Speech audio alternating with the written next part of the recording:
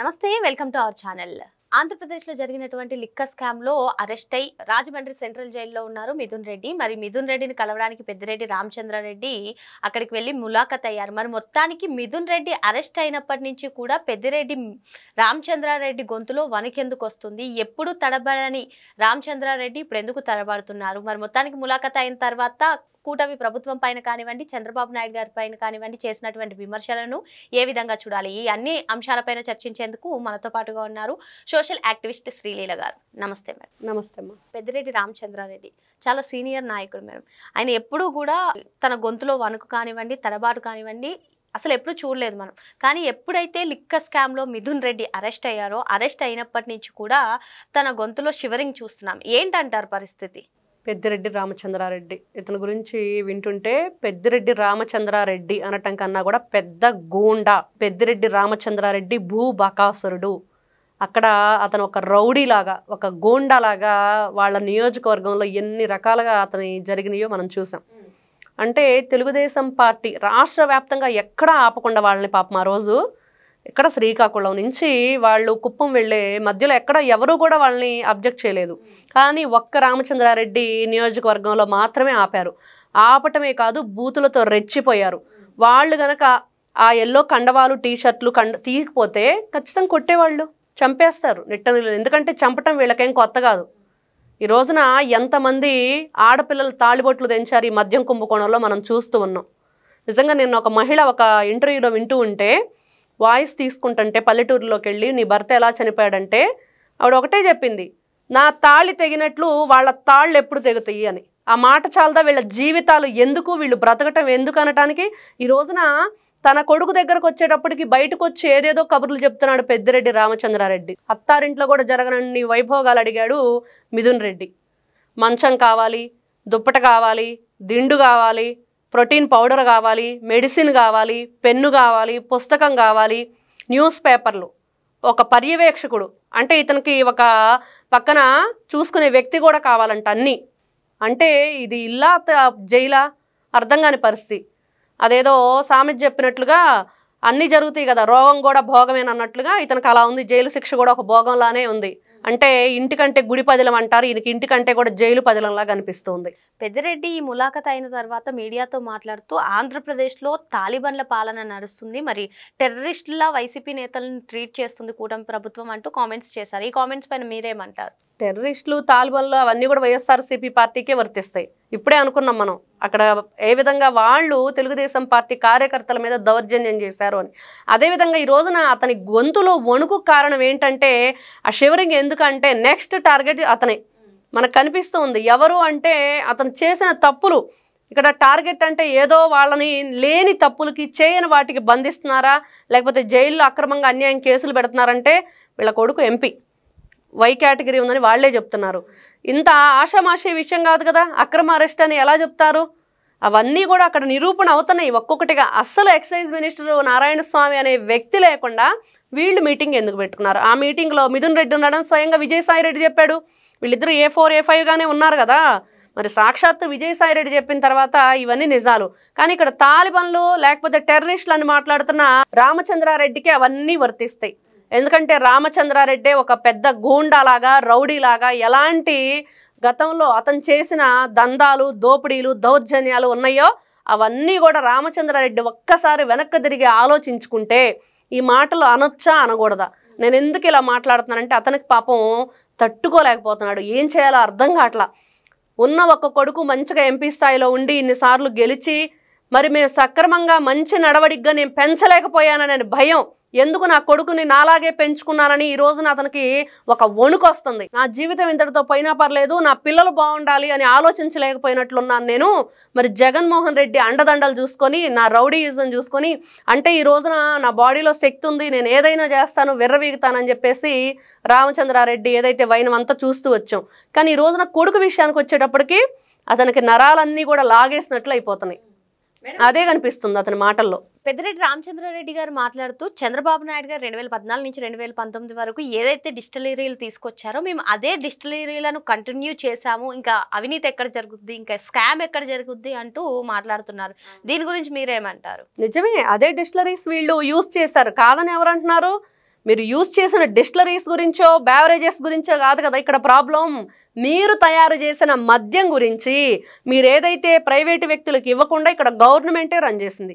ఎందుకు చేసింది? సరే చేస్తే ట్రాన్స్పరెంట్గా మీ మనీ ట్రాన్స్పరెంట్ ఏదైనా ఉందా, ట్రాన్సాక్షన్ జరిగింది, అది లేదు. మొత్తం కూడా హ్యాండ్ క్యాష్, ఎక్కడ ఒక క్యూఆర్ కోడ్ కానీ స్కానర్ కానీ లేదు. ఈ రోజున ఆ భిక్షగాళ్ళు కూడా చూస్తుంటే వాళ్ళు కూడా క్యూఆర్ కోడ్ పెట్టుకొని తిరుగుతున్నారు. ఎందుకంటే ఇక్కడ ఎంత అప్డేట్ అయింది ప్రపంచం అనేది. కానీ జగన్మోహన్ రెడ్డి ఈ రోజున ఏదో పెద్ద ఘనకార్యం చేసినట్లుగా పెద్దిరెడ్డి రామచంద్రారెడ్డి కొత్త కొత్త క్వశ్చన్స్ అన్నీ వేస్తున్నాడు. అవన్నీ కూడా ఎప్పుడు అయిపోయింది? మీరు మద్యం ప్లాన్ ఎప్పుడు వేశారు, ఏ విధంగా వేశారు? విజయసాయి రెడ్డి ఒకవైపు నుంచి చెప్తుంటే ప్రజలందరూ విన్నారు. ఎంతమంది చనిపోయారు? వేల మంది. ఎందుకు? ఇక్కడ డిస్టిలరీస్ పాతవే కాదని ఎవరు అంటలేదు. మీరు ఏదైతే మద్యం పాలసీ తెచ్చారో ఆ పాలసీ ఏం చేశారు? ప్రైవేటు వ్యక్తులకు ఇవ్వకుండా మీరెందుకు చేశారు? చేసిన దాంట్లో ఇక్కడ ఎవరైతే ఎక్సైజ్ మినిస్టర్గా ఉన్న నారాయణ స్వామి ఈ రోజు కూడా ఏదో చింత చచ్చిన పులుపు జావనట్లుగా మనిషిని చూస్తేనేమో ఎలా ఉన్నాడు? ఒక దళితుడు ఆయన. మరి ఆ దళితుడు ఏ విధంగా ఉండాలి? అతను హుందాతనాన్ని ఎక్కడ నిలుపుకుంటున్నాడు? మరి చెప్పింది చేస్తాడు. జగన్మోహన్ రెడ్డి ఎక్కడ సంతకం పెట్టమంటే అక్కడ పెట్టాలి. అందుకని 5 సంవత్సరాలు అతన్ని మరి అదే విధంగా నడుపుకుంటూ వస్తున్నాడు.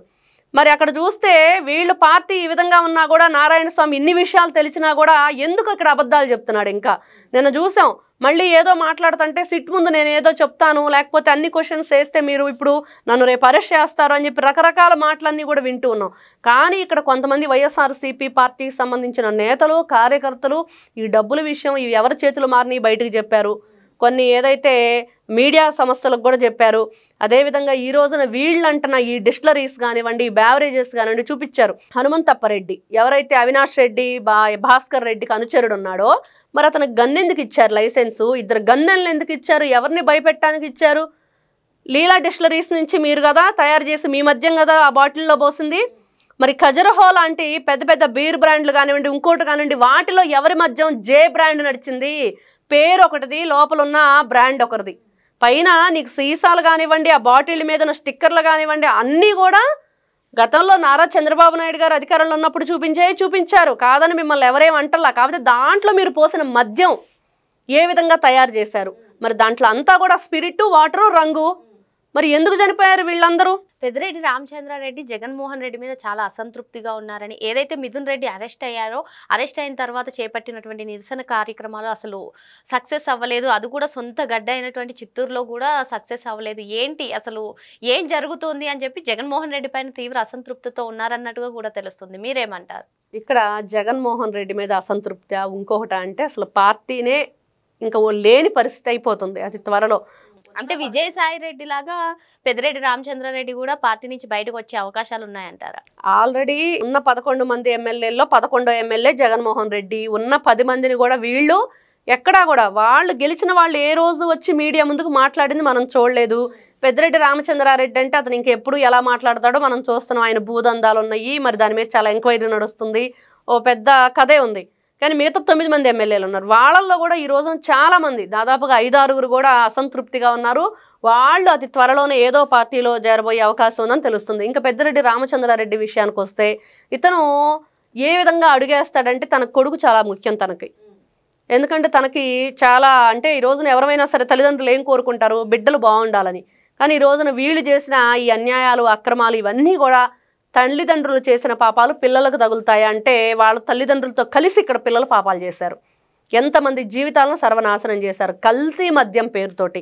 ఈ రోజున బెడ్ రిడెన్ అయిన వాళ్ళు మరి ఏ విధంగా వాళ్ళకి లివర్ పోయింది, కిడ్నీలు పోయినాయి, లంగ్స్ పోయినాయి, బ్రెయిన్ కూడా డెడ్ అయిన పరిస్థితి, 30,000 మంది చనిపోయారు. ఇవన్నీ చూస్తూ ఉంటే మరి ఇతని పరిస్థితి ఏంటి? నిజంగానే వైఎస్ఆర్సీపీ పార్టీలో కొనసాగుతాడా? మరి నిజంగానే జగన్మోహన్ రెడ్డి మీద అసంతృప్తి ఉందా అంటే అందరూ కలిసి కట్టకట్టుకొని జైలుకి వెళ్ళవలసిన వాళ్ళే. వీళ్ళ అసంతృప్తి వీళ్ళు పార్టీలు మారినా కూడా ఏ పార్టీలో ఎవరు కూడా ఇప్పుడు రానిచ్చే పరిస్థితి లేదు. ఒకవేళ ఏ పార్టీ అయినా రానిస్తే ప్రజలు మాత్రం తీవ్రంగా వ్యతిరేకత వచ్చిద్దని ఈ రోజున వినిపిస్తున్నమాట. ఎందుకంటే వాళ్ళని కాదనుకొని ఇక్కడ ఓట్లు పడినాయి కూటమికి. ఈ రోజున అదే కాదనుకున్న వాళ్ళని తీసుకొచ్చి నువ్వు కూటమిలో పెడితే ఏం జరిగిద్ది? ప్రజలు కాదనుకున్నారు. ఎందుకు కాదనుకున్నారు? వాళ్ళు చేసిన ఏదైతే ఈ అన్యాయాలు, అక్రమాలు, దోపిడీలు ఉన్నాయో దాన్ని ప్రజలు తీవ్రంగా ఖండిస్తూ విపరీతమైన బాధలు తట్టుకొని ఓర్చుకొని 2024 ఎలక్షన్లో వాళ్ళ ఓర్పు సహనం అంతా అక్కడ చూపించారు. ఏం జరిగింది అనేది. అదే మనకి చివరిగా అర్థమవుతున్న విషయం. కాబట్టి అతని మీద అసంతృప్తి ఉండిద్దా, అతనికి ఇతని మీద ఉండిద్దా, వాళ్ళ మనసులు మంచి కాదా, లేకపోతే ఒకరి మీద ఒకరు ప్రేమ చచ్చిపోయిందా. మరి గతంలో విన్నాం వాళ్ళ డైలాగులు, విశ్వసనీయత లేదు, విలువలు లేదని. వాళ్ళు ఎక్కడైనా కట్టకట్టుకొని మొత్తం వెళ్లాల్సింది జైలుకే. వాళ్ళు ఎలా అయినా చావని, ఎక్కడైనా చావని, మాకు అనవసరం. ఈ రోజున ఎంతమందిని పట్టున పెట్టుకున్నారో వాళ్ళందరికీ మాత్రం సమాధానం వీళ్ళు జైలుకి వెళ్ళటమే అని ప్రజలు కోరుకుంటున్నారు. మరి మొత్తానికి పెద్దిరెడ్డి రామచంద్రారెడ్డి జగన్మోహన్ పైన అసంతృప్తిగా ఉన్నా, లేదు అంటే ఆ పార్టీ నుంచి వీడాలనుకున్నా సరే, మరి మొత్తానికి వాళ్ళు చేసినటువంటి అవినీతికి ఎవరైనా జైలుకి వెళ్ళడం ఖాయం అని చెప్పి మేడం చెప్తున్నారు. మరో అంశంతో మళ్ళీ కలుద్దాం. Thank you madam. నమస్తే.